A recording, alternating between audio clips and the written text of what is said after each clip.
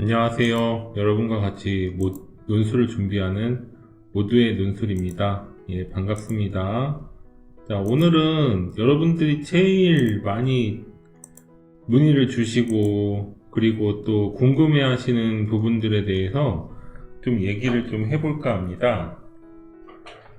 첫 번째로 제일 많이 하는 질문 중에 뭐냐면 자, 논술에 정답이 있나요? 라고 하는 질문입니다.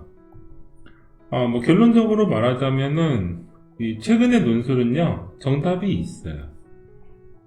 정답이 없는 문제도 옛날에는 있었어요. 그러니까, 초기의 논술이라고 그 원형 문제는 어떤 형식이냐면, 어떤 추상어 같은 경우는 제시를 하고요.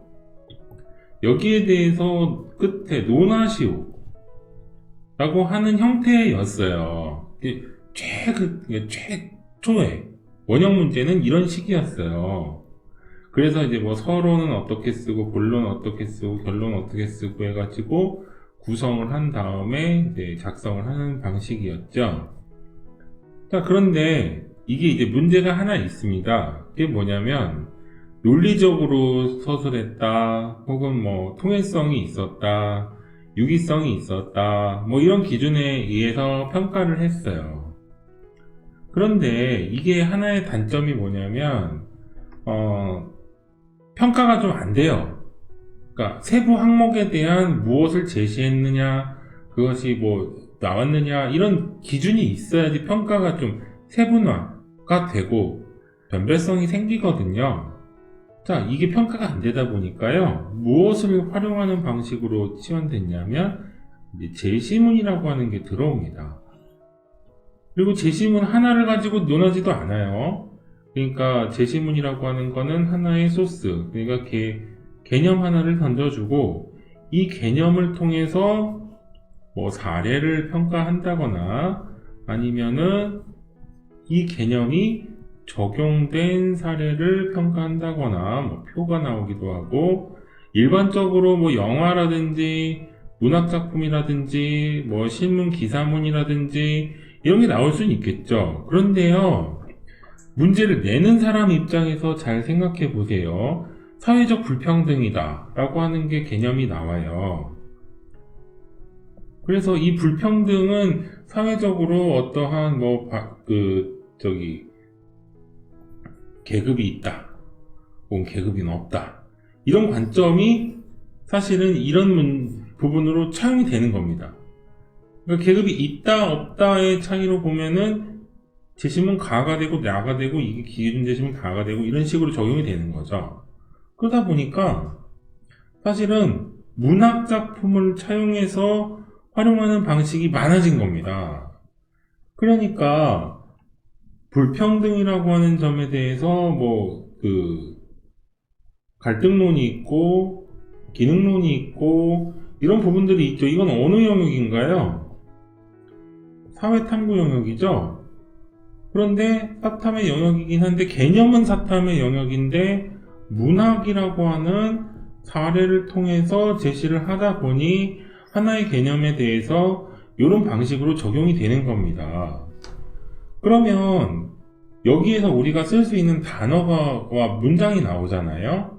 이게 뭐냐면, 이 제시문은 모두 사회적 불평등에 대한 주제로 설명을 하고 있는데, 난장이가 쏘아올린 작은 공의 영희 같은 경우는 사회적 불평등의 어떤 갈등론의 입장에서 서술을 하고 있으며, 또 어떤 문학작품은 기능론적 관점에서 서술하고 있으므로 이 두 개의 사례는 서로 다르다.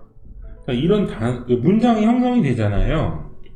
그러면은 평가 기준에 이것을 불평등의 기준으로 분류를 했느냐, 그리고 제시문 가에서는 어떤 사례를 통해서 갈등론의 입장을 설명했느냐, 나에서는 사회적 기능론의 관점에서 설명을 했느냐, 이게 평가 기준이 되는 거예요. 그러니까 여기에서는요, 충분히 정답이 정해져 있고 평가하는 기준을 제공했으므로 아주 세분화한 평가 가능성이 생기는 거예요. 이걸 우리가 뭐라고 하냐면 분별, 변별성의 기준으로 보는 거죠. 그러니까 이전에 완전 원형 문제의 영역에서는 기본적으로 필력을 볼 수밖에 없고요. 그리고 논리성을 볼 수밖에 없어요. 그리고 좀 조리 있게, 그리고 단어를 좀 고급스럽게 표현을 했느냐 등등을 보는 게 이전의 방식이었다면, 최근의 논술 방식은 이 아랫부분, 그러니까 정답이 있는 상태에서 이것을 서술을 했느냐, 못했느냐, 기준을 제시했느냐, 이해를 했느냐, 이것을 충분히 자신의 언어로 표현했느냐, 이런 부분들을 적용하는 사례예요.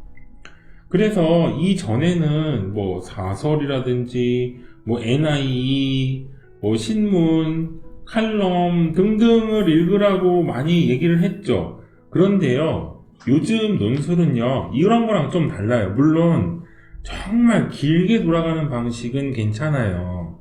왜냐하면 이런 신문 칼럼이라든지 사설이라든지 NIE 등등을 좀 읽어보면서 자기가 어떤 논지를 펼치고자 하는 이런 구성, 그리고 그 방법은 좀 익숙해질 수 있어요. 그런데 이거 자체는 좀 결이 다르다고 봐야 되나요? 그러니까 이거는 굉장히 넓게 돌아가는 방식의 접근법. 그리고 이거는 이 학교에서 원하는 바가 있고, 그리고 문제의 형식도 정해져 있다 보니까 조금 구체화된 영역이다 보니 이렇게 멀리 돌아가서 이해력과 이런 것들을 우리가 기본적으로 그 수험 생활을 할 때 어떤 학교를 정해서 하거나 아니면은 자기가 원래 시나리오는 이러이러했는데 그 성적에 미치지 못하거나 하는 경우도 있기 때문에 논술 하나만 가지고 오랫동안 꾸준하게 많은 시간을 투자해서 할 수는 없잖아요. 그러면은 이렇게 넓게 돌아가는 방식보다는 빨리 알고 접근하는 방식이 더 중요해요. 그러다 보니까 이런 뭐 예를 들어서 저는 경희대학교를 준비합니다. 혹은 뭐 성균관대학교를 준비합니다. 를 봤을 때 이렇게 멀리 돌아갔을 때는 정말 멀리 돌아가는 거고, 이 학교의 형식을 따라서 준비하는 게 조금 빠르다는 거.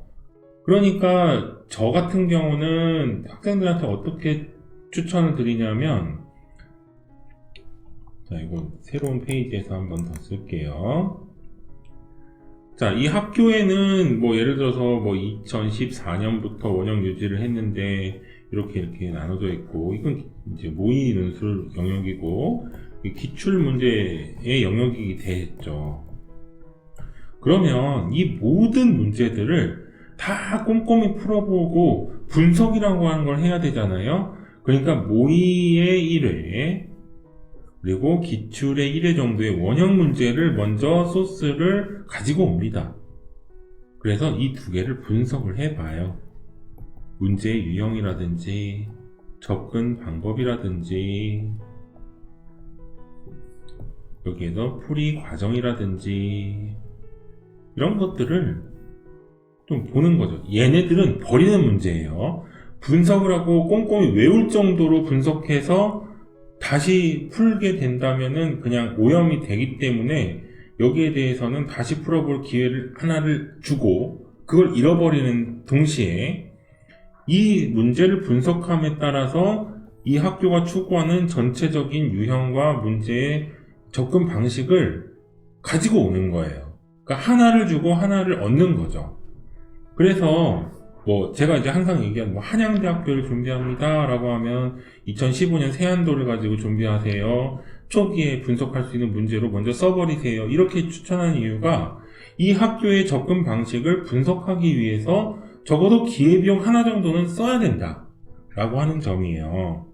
그러니까 예전의 방식으로 접근하기 위해서 뭐 초등학교, 중학교 때 무슨 뭐 신문 읽기라든지 이런 것들을 넓게 준비하더라도 그 중간에 보통 끊기죠. 그게 경력이 끊깁니다. 왜냐면 꾸준하게 이제 입시 논술로 바로 가기 위해서는 이 학교의 유형에 맞는 접근법이 필요하거든요. 그래서 이런 부분들의 괴리감도 있고, 그리고 중간중간에 유형이 바뀌면서 적응하지 못하는 그런 매몰 비용도 생기고 이러는 거예요. 그러니까 고등학생인데 성적이 다소 낮다. 인서울에서 어느 학교를 가기에는 좀 부족하다. 근데 내신은 어느 정도 보장이 된다. 그리고 수능 최저는 내가 어느 정도 맞출 수 있다라고 어느 정도 레이더 안에 이 학교들이 정해지잖아요. 그러면 이 부분에 내가 기회비용을 투자해야 되는 이 원형 문제를 2회분 정도는 확보를 하셔가지고 이것들을 분석하고 이 학교는 무엇을 원하고 어떻게 접근하고 이런 방식을 적용할 필요가 있습니다. 그러니까 결국에 결론적으로 말씀드리면 이건 그냥 여러분들 토론이나 디베이트 같은 하나의 그 기본적인 의견을 서술하는 방식과는 완전 다른 영역이에요. 이거는 완전히 정답이 정해져 있는 방식이에요. 정답이 정해져 있고 그 정답을 어떻게 서술했고 그리고 그 서술함에 있어서 명료성은 확보되었고 통일성은 역시 확보가 되었고 이러한 여러 가지 기준이 적용이 됩니다. 제가 지난번에 하나의 문제를 풀어드리면서 그 평가 기준을 한번 공개한 적이 있어요. 5개의 평가 기준에 A, B, C, D, E로 나눠가지고 어떤 개념을 적용했으면 10점 플러스, 어떤 적용이 나오지 않으면 10점 플러스, 혹은 뭐 이것을 설명 못했으면 부분 점수, 이러한 그 평가 기준을 제가 보여드린 적이 있거든요. 그때가 건국대학교 문제였죠. 그러니까 그런 방식처럼 하나의 그 답안지를 평가하기 위해서는 다양한 기준이 정해져 있고 그 기준에 의해서 여러분들에게 배점이 되는 것이지 문장 자체가 좋다고 해서 배점이 높거나 그렇진 않아요. 그러니까 그러면 여러분 생각해 보세요. 내용이 일치를 하고 형식 자체는 정해져 있지 않은 답안지와 형식은 어느 정도 정해져 있고 내용만큼은 틀렸다라는 답안지가 있을 때 무엇이 맞나요? 이건 내용이 우선입니다. 이 내용이 맞느냐 틀리느냐가 먼저 가산점이 되는 거예요. 배점이 들어가는 거죠. 자, 논술의 영역에서요, 가장 무서운 건요, 내가 열심히 썼는데 내가 작성한 답안지의 내용 자체가 틀렸다, 방향이 틀렸다 라고 했을 땐요, 그 배점 자체가 드러나지 않아요. 적용이 안 되는 거예요. 예를 들면 하나 들어볼까요? 경희대학교 사회 계열의 문제 1번에는 하나 정해져 있어요. 그래서 제시문이 6개 나오는데 이것을 분류하고 이것을 요약하시오 라고 하는 문제가 이제 항상 원형 문제로 유지되고 있거든요. 그런데 지금 여기에서 제시문 가나 다는 아까 얘기 드린 대로 반영론적 관점을 얘기하고 있고 라마 바는 내재적 관점을 얘기하고 있다 라고 이렇게 분류가 돼야 되잖아요. 그럼 얘 10점이 배정이 돼 있는 거예요. 그런데 가나 라를 묶고 다라 바를 묶었으면 이거는 부분 점수가 적용되겠죠. 그러니까 10점이 아니라 6점 혹은 3점 이렇게 배점이 되는 거예요. 그러니까 내가 쓰는 거를 잘 썼느냐 못 썼느냐 문장이 중요한 게 아니라 내용이 맞느냐 틀리냐를 가지고 배점이 되는 거예요. 그러니까 전체적으로 반영론적, 내재론적 관점 자체가 말이 안 나왔다라고 한다면 이건 그냥 이 기준 자체가 잘못됐을 뿐더러 분류도 잘못했으니까 10점이라고 하는 배점이 완전 사라지는 거죠. 그리고 여기에서 배점이 됐으면 예를 들어서 학생부와 논술의 비율이 7대3이다 라고 하면 7을 곱하기를 해줘야 돼요. 그러니까 이건 사실은 70점짜리 1000점 중에 70점짜리 배점에 해당하는데 이 배점 자체가 없어지는 거죠. 굉장히 큽니다 이건. 왜냐하면 내신의 영역에서 1등급부터 9등급까지 합쳐도 70점의 그 감점은 안 되거든요. 그러다 보니까 기본적으로 형식이 중요하냐 내용이 중요하냐를 봤을 때는 무조건 내용이 먼저 들어가야 돼요. 그래서 정답이 정해져 있다는 얘기입니다.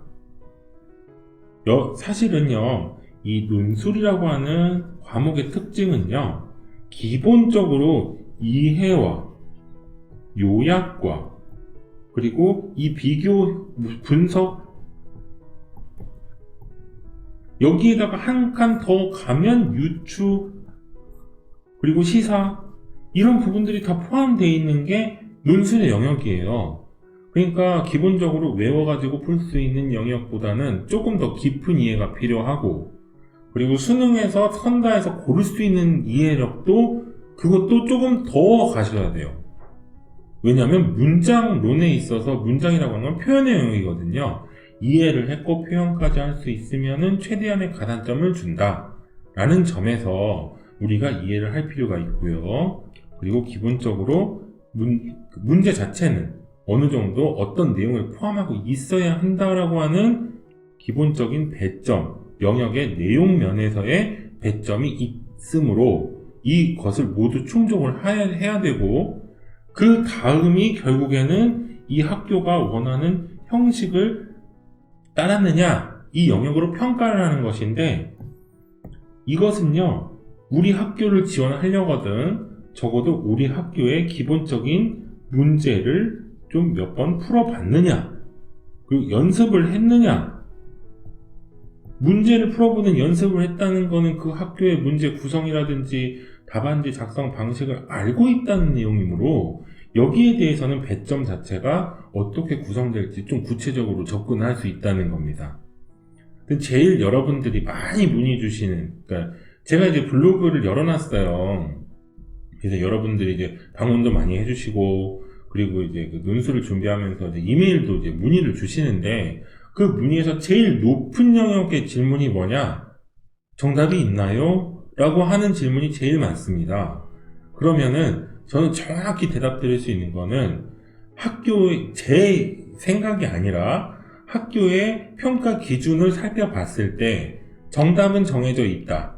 그 정답을 당연히 해결할 수 있어야 되는 건 당연한 것이고, 그 해결을 했으면 그걸 문장으로 쓸 수 있느냐? 그게 첫 번째. 두 번째는 이 답을 해야 되는데 학교의 형식에 맞춰서 적절하게 표현할 수 있느냐? 두 번째. 세 번째는 내가 답안지에 있는 단어를 쓰느냐?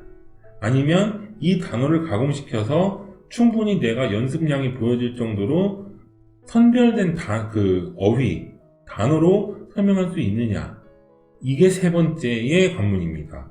자, 그러면 21학년도까지는 해결을 하면 어느 정도 합격증이 많이 나왔어요. 그런데 22학년도에 합격증의 양상을 보니까 복수 합격 자체가 조금 줄어든 걸 보면 여러분들이 연습을 많이 하신다는 거예요. 그러다 보니 이거를 접근하고 싶으시면 기본적인 이해, 그거는 기본적으로 하셔야 되는 거고, 두 번째로 문장으로 표현할 수 있으셔야 되고, 세 번째로 문장으로 표현을 함에 있어서 조금 더 고급적인 단어, 그러니까 좀 효과적인 단어, 효율적인 글자 수 배분까지를 접근하셔야 여러분들이 목표로 하는 상향 지원의 논술 합격증을 받을 수 있다는 어느 정도의 그 데이터가 나왔습니다. 문제는 정답이 있다. 이 점을 좀 간과하시면 안 될 것 같고, 이런 접근 방법에 대해서 여러분들이 문제는 좀 분석해 보셔야 된다. 옛날처럼 필력이라든지 논리성이라든지 뭐 조리 있게 얘기하느냐, 이런 부분들을 평가하는 게 아니라 이 학교마다 기준이 정해져 있으므로 이 기준에 맞춰서 쓰는 연습이 필요하다. 이 점을 좀 강조드리면서 오늘은 여기까지 진행하겠습니다. 감사합니다.